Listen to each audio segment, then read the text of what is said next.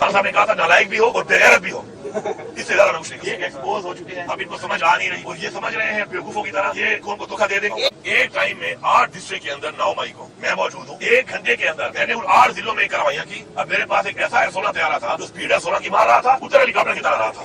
ये टेक्नोलॉजी पाकिस्तान में मेरे पास है तो मेरे में साबित कर लें। इस मुल्क पे बार बार प्रैक्टिस की जा रही है और जिस तरीके से इस मुल्क के अंदर एक आलम इस्लाम के लीडर इमरान खान को मैंडेट चोरी करके पाकिस्तान की तारीख का सबसे बड़ा मैंडेट इमरान खान को दिया था, उसको चोरी करके फॉर्म 47 वालों को ईवानों में भेजा गया है। मेरे ख्याल में पाकिस्तान की तारीख की सियासी बदतरीन धांधली हुई है और हम इंशाल्लाह अवाम और हम इमरान खान साहब खड़े हैं और हकीकी आजादी जो इमरान खान साहब कहते थे जब तक वो नहीं मिलेगी हमारी ये जंग जारी रहेगी।